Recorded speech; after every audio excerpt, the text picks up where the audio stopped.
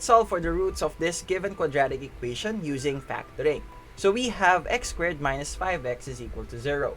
So first step natin in solving quadratic equation using factoring is to place all terms on the left side of the equation. So dapat ang matitira sa right side is 0. So in this equation na given, 0 na yung nasa right side. So we can now perform factoring. So let's factor x squared minus 5x. Now the factoring method that we can do for x squared minus 5x is common monomial factoring. Kasi meron silang common factor which is x. So kunin natin yung common factor nila, x. Tapos yung matitirang factor, we will divide the polynomial x squared minus 5x by x. So divide natin. So that will give us x squared divided by x will be x. Negative 5x divided by x will be negative 5. Tapos, we copy equal to 0. So, yung equation natin magiging x times the quantity x minus 5 is equal to 0. Okay, then after applying factoring, we will separate them, yung factors nila, and equate natin yung bawat factors to 0. So, we will have x is equal to 0 and x minus 5 is equal to 0. Tapos, yung first equation natin, yung value ng x daw is equal to 0. So, nakuha na natin yung isang value ng x. Tapos, yung x minus 5, let's solve that. X minus 5 is equal to 0. Let's transfer negative 5 to the other side. That will give us x is equal to positive 5. Ayan. So, now that we have two values of x, sulat natin, we have x is equal to 0 and 5. And that's it. Tada! Alright. Let's solve for the roots of this quadratic equation using factoring. In solving quadratic equation using factoring, ang gagawin natin is we have to place all variable terms, constant term, in one side of the equation. Tapos yung sa right side ng equation, dapat 0 siya. So since it's following the rule of solving quadratic equation using factoring, we will now proceed to factoring. So, 10x squared plus 12x, pwede natin siyang i-factor using common monomial factoring. So, hanap tayo ng common factor nitong dalawang term na to. And yung common factor nila ay 2x. Okay. So, let's divide each term by 2x para makuha natin yung other factor. So, 10x squared divided by 2x, that will give us 5x. Tapos, 12x divided by 2x will give us 6. Ayan. So, yung equation natin magiging 2x times the quantity 5x plus 6.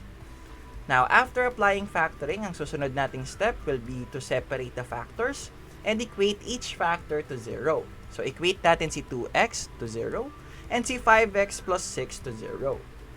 Now, let's solve for the value of x for each equation. So, simulan natin kay 2x is equal to 0. So, let's divide both sides by 2.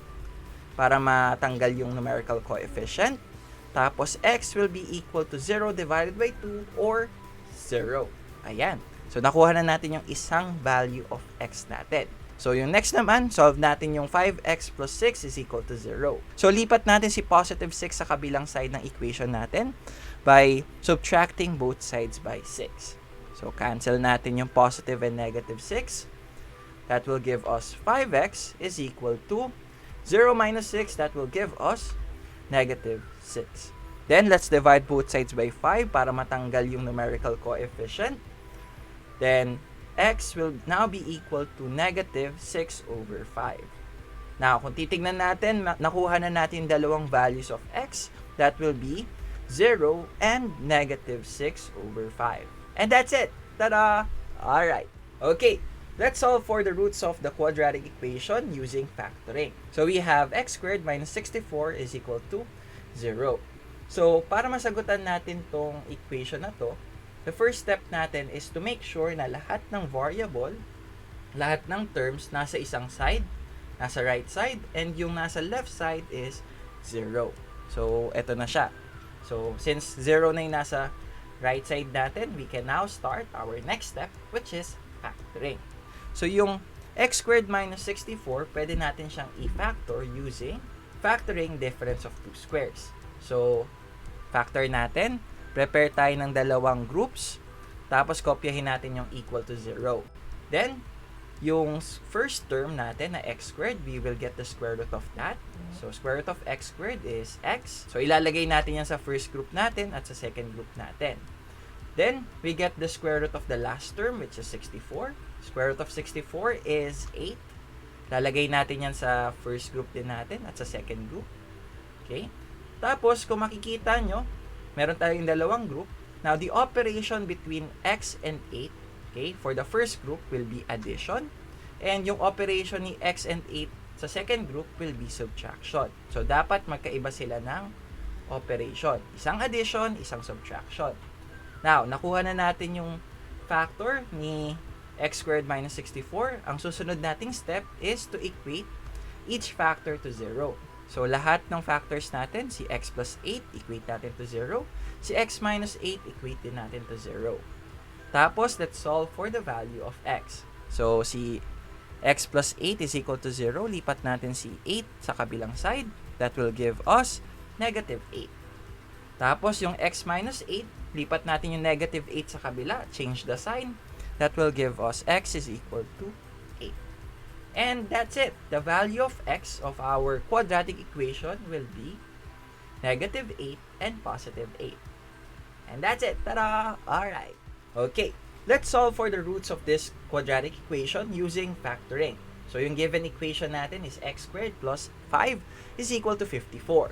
So, in solving quadratic equation using factoring, para masagutan natin, ang gagawin natin is ililipat natin lahat ng terms sa isang side, sa right side. At ang dapat matira sa left side is 0. So, dito sa given natin, ililipat natin si 54 sa kabilang side by subtracting both sides by 54. Okay? So, let's simplify. So, we will have x squared. So, 5 minus 54. That will give us negative 49. And 54 minus 54, that will be equal to 0. So, eto na. So, dapat lahat ng terms natin nasa right side. Yung left side natin, 0 dapat yan. Then, ang susunod natin is we will now factor. So, x squared minus 49 can be factored using factoring difference of two squares. So, apply natin yung factoring difference of two squares. So, first, prepare tayo ng dalawang group. Tapos, copyahin natin yung equals to 0. Then, we get the square root of the first term. So, square root of x squared is equal to x. Lagay natin yan sa ating first term ng first group. First term ng second group. Tapos, let's get the square root of 49, yung last term. So, the square root of 49 is 7. So, let's place 7 sa ating first group and sa second group.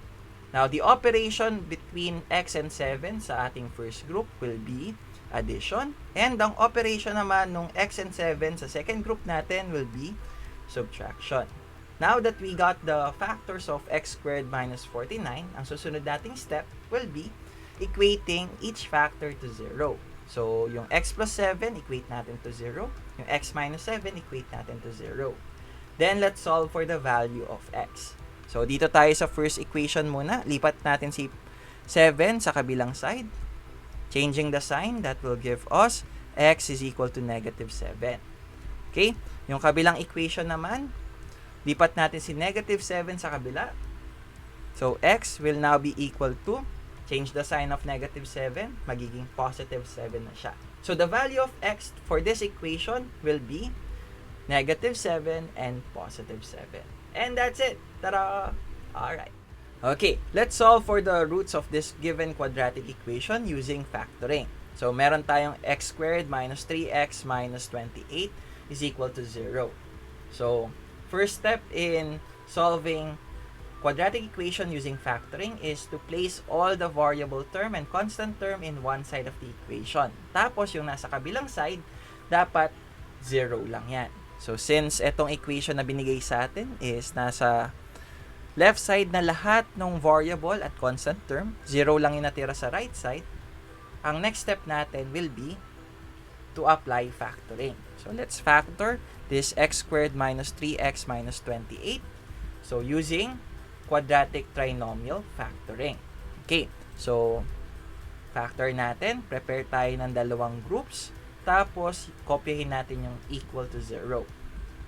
Then, yung x squared, i-factor natin siya. So, ang factor ni x squared will be x times x. So, yung x na yon lalagay natin sa ating first term ng bawat group.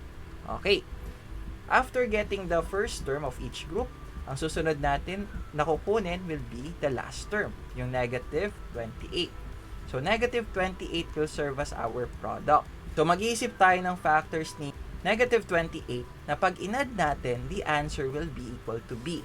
And b will be equal to negative 3. So, dapat equal siya dun sa middle term natin. So, isip tayo ng factors ni negative 28 na pag inad natin, the answer is negative 3.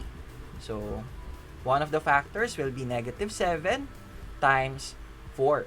So, negative 7 times 4, that will give us negative 28. So, pag inad natin si negative 7 at si positive 4, that will give us negative 3, which is equal dun sa middle term natin.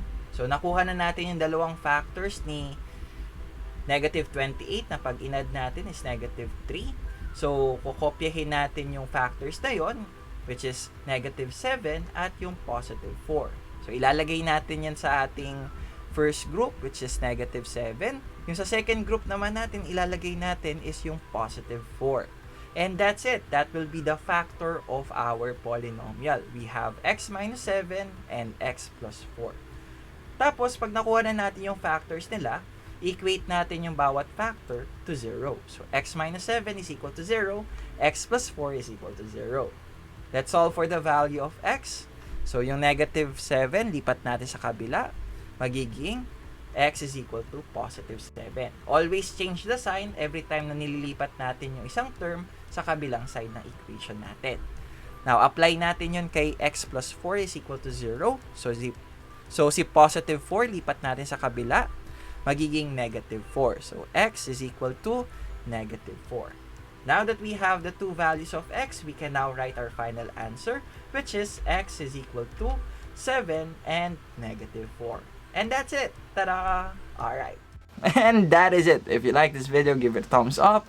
If you have comments, questions, recommendations, suggestions for my next video, please leave them in our comment section below. Share this video and subscribe. And for more videos like this, you can go to my channel, Teacher Justin.